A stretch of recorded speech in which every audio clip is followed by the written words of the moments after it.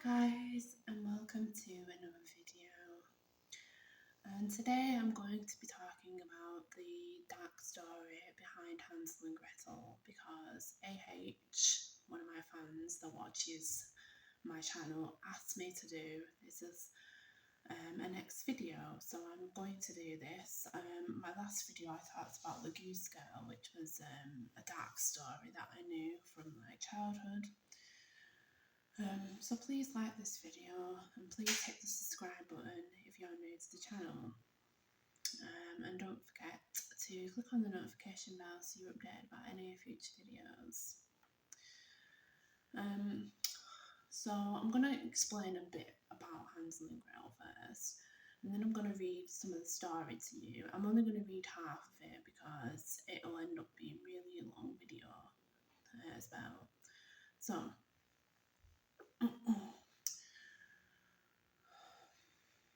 Hansel and Gretel has several different versions of this as well. And the one that I used to read, there was two versions I used to read. And the first one was, obviously, the kids in the story are poor. They come from a poor family, and the family end up deserting them into the forest. And they end up having no food or anything. So they wander around in the forest until they found this gingerbread house, which is owned by a witch. And through the story, obviously, Hansel, the brother, the witch wants to eat the brother, and Gretel tries to save him because she's trying to fatten him up so she can eat him. And obviously, there was one version I remember they escaped the house, and they leave breadcrumbs on the ground as well in the story, so they can find the way back as well.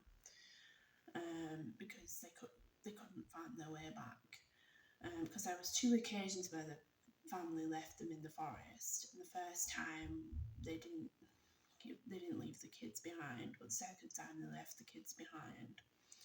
And there was a version where they ran out of the house and they ran away. And there was another one I remember where the witch ended up getting Gretel pushed the witch into a fire furnace, and she was on fire, and her shoes are hanging out of the legs were hanging out of the cooker because she wanted to cook Hansel in the oven at the end of it all. And it's a really horrible story. There's actually several films about Hansel and Gretel. There was a dark version of Hansel and Gretel film with Jeremy Renner and I don't know the other woman, but they're witch hunters, and they hunt for witches who try and eat children, and it's all from Hansel and Gretel tale. And there was another one I watched which was really dark, which was where they lived with the witch for a while, and there was Hansel and Gretel in it. So I think there's two dark films about it. So yeah, it's a really dark story. So I'm going to read some of the story for you, once I've explained some of the story to you. I'm only going to read half of this, like I did with the Goose Girl. Okay, so obviously this is a dark story from the Brothers Grimm. I think there was other versions of Hansel and Gretel, but I can't remember the authors or anything. But this is from the Brothers Grimm who wrote this. Hard by a great forest dwelt a poor woodcutter with his wife and his two children. The boy was called Hansel and the girl Gretel. He had little to bite and to break, and once when great dearth fell on the land, he would no longer procure even daily bread. Now when he thought over this by night in his bed, and tossed about in his anxiety, he groaned and said to his life, "What is it to become of us? How are we going to feed our poor children when we no longer have anything even for ourselves? "I'll tell you what, husband," answered the woman. "Early tomorrow morning we will take the children out into the forest where it is the thickest.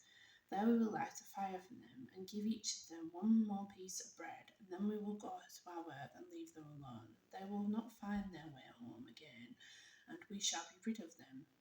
"No, wife," said the man, "I will not do that. How can I bear to leave my children alone in the forest?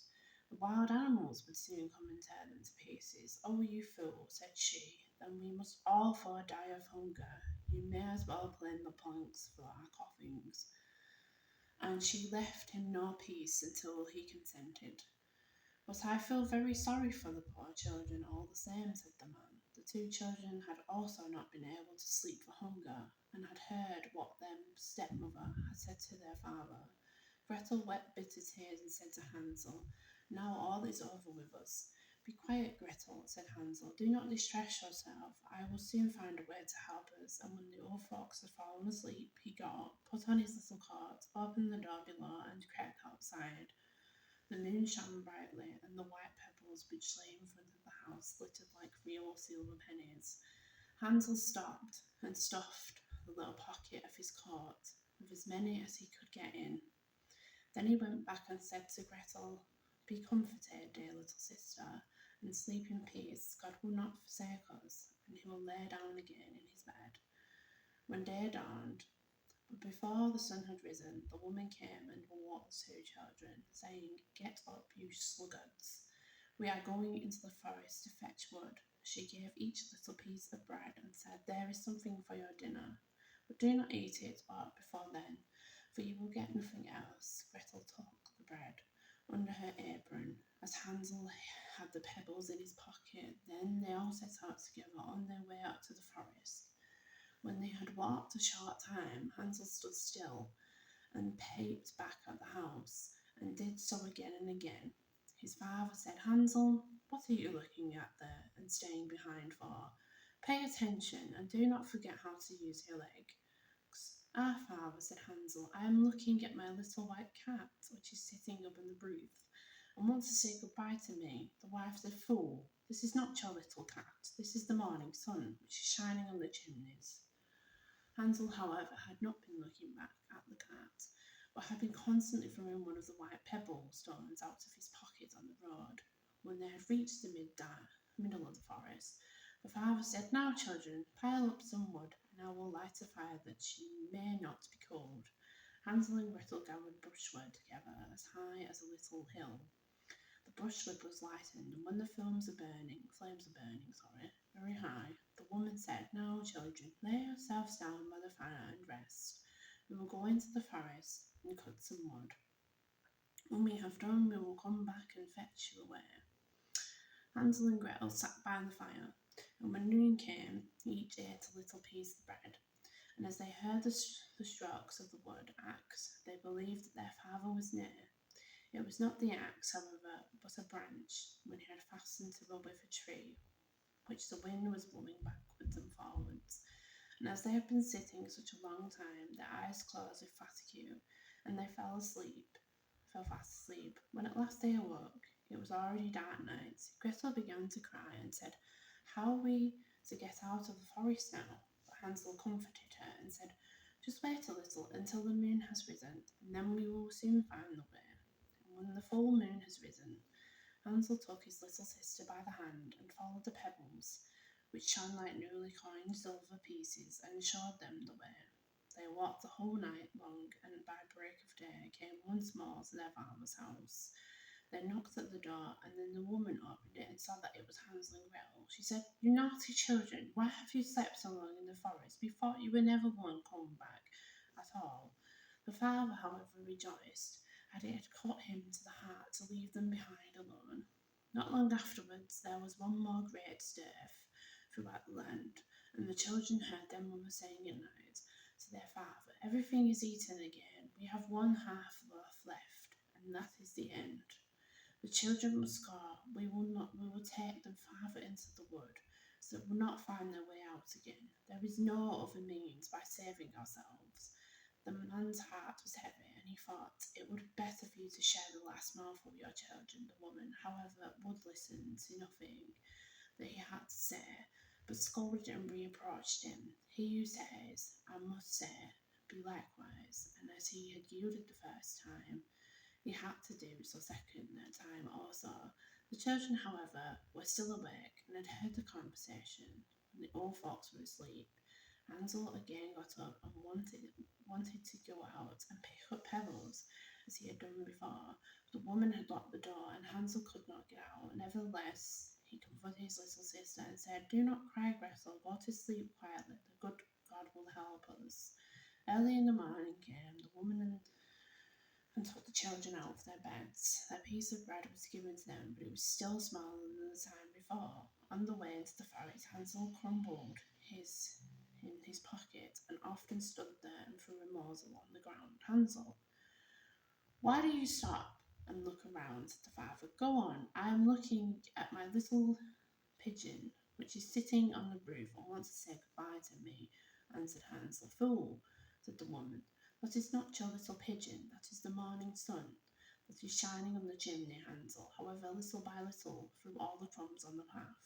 The woman led the children still deeper into the forest, where they had never in their lives been before. Then a great fire was again made, and the mother said, Just sit there, you children, and when you are tired, you may sleep a little. We are going into the forest cupboard, and in the evening, when we are done, we will come and fetch you away. When it was noon, Gretel shared her piece of bread with Hansel, who had scattered his by the way. Then they fell asleep, and evening passed, but no one came to the poor children. They did not awake until it was dark night, and Hansel comforted his little sister and said, I just wait, Gretel, until the moon rises, and then we shall see the crumbs of bread which I have strewn about. Then we shall work our way home. When the moon came, they set out, but they found no crumbs, for the many thousands of birds which fly about in the woods and fields had picked them all up. Hansel said to Gretel, We shall soon find the way, but they did not find it.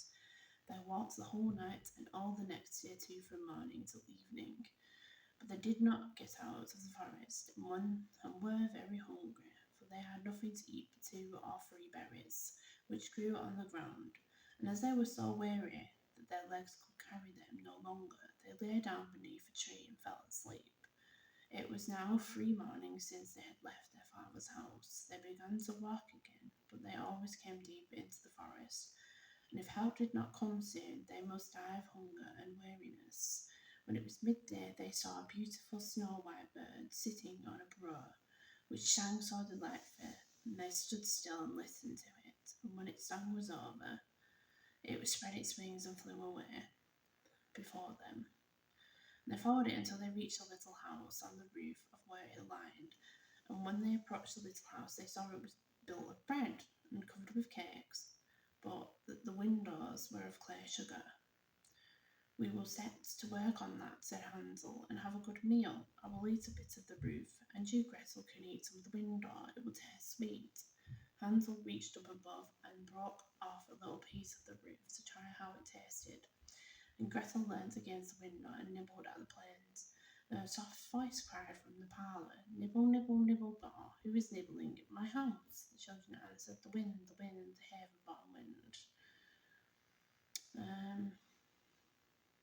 And obviously they meet the old woman at this part. I'm trying to find the end of this story so I can read it to you.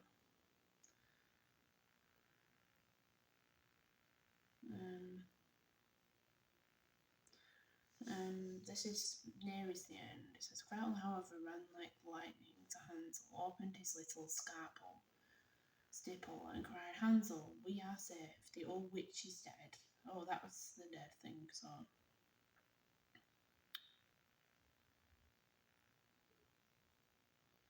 And now the best food was cooked for poor Hansel, but Gretel got nothing but crab shells. Every morning the woman crept to the little stable and cried, Hansel, stretch out your finger, that I may feel if you will soon be fat.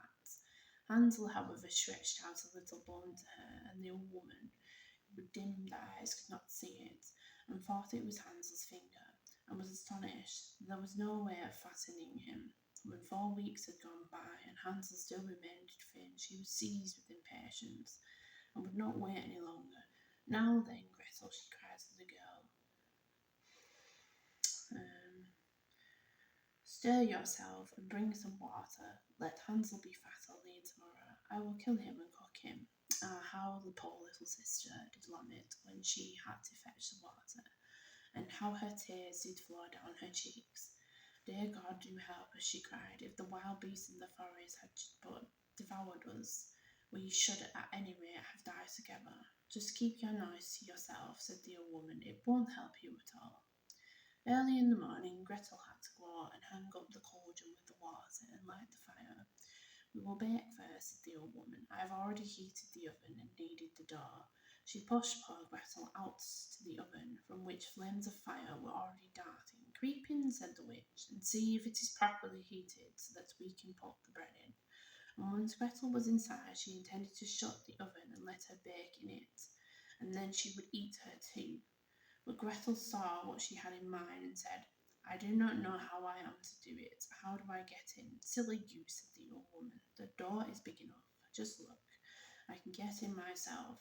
And she crept up and thrust her head into the oven. Then Gretel gave her a push that drove her far into it, and shut the iron door and fastened the bolt. Oh! Then she began to howl quite horribly. But Gretel ran away, and the godless witch was miserably burnt to death. So I'm only going to read up to there because it basically says she dies, and she gets burned in the oven, and the kids end up finding their way home, I think, and they live happily. But yeah, that's the story of Hansel and Gretel by the Brothers Grimm. There were several versions of it, I think, and they were all dark. Each one was dark as it went on. But I hope you enjoyed this video nonetheless, guys.